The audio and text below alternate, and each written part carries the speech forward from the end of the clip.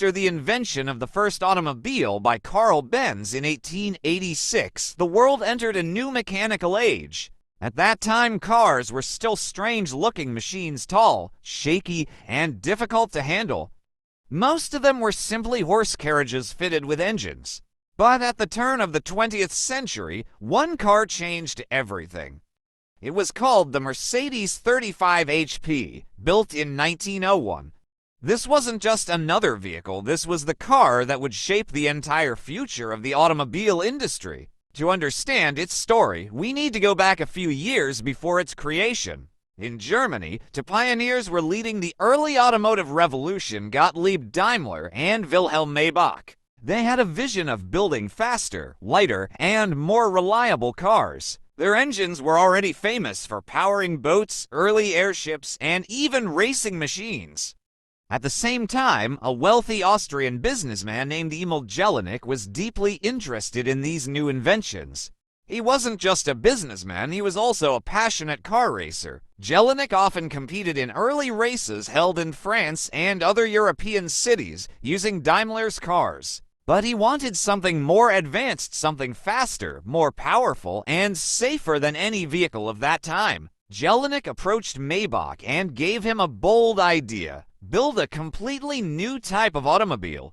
It should be longer, lower to the ground, and far more stable. It should have a strong engine, but still be comfortable and elegant. And Jellinek made one special request: the car should be named after his beloved daughter, Mercedes Jellinek. Maybach accepted the challenge. After months of design and testing, the result was the Mercedes 35 HP, completed in 1901. From the first look, it was completely different from all earlier cars. It had a long chassis, a steel frame, and a front-mounted 5.9-liter four-cylinder engine producing 35 horsepower, a huge number for that time. The car also had a honeycomb radiator for cooling, low weight, and a much wider wheelbase, which gave it incredible stability at high speed. While other cars still looked like motorized carriages, the Mercedes 35 HP looked like a real automobile with a proper hood, a long body, and large wheels placed in the corners. This design became the basic layout that almost all cars still follow today.